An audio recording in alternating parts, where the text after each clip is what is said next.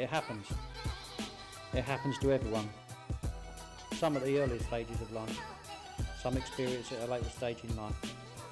It happens to all of us. Age is insignificant. When it happens, it's difficult to deal with. It's difficult to deal with. Growing up can be puzzling enough, but growing up facing these issues as well, it can be hard enough.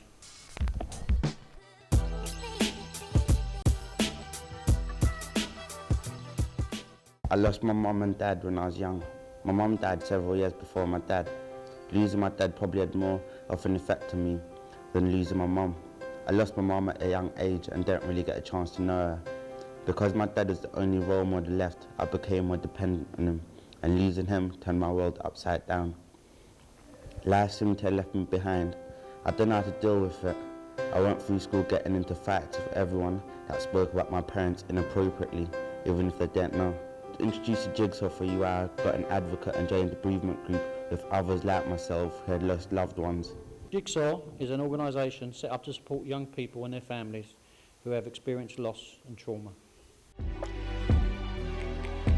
Jigsaw was started by a lady called Anne Davis, who is our chief executive, and it started 10 years ago, and it helps all young people who've suffered a loss or trauma. And the Grief Support Project itself is it's 10 years old, and I've been involved with the Grief Support Project for about 8 years.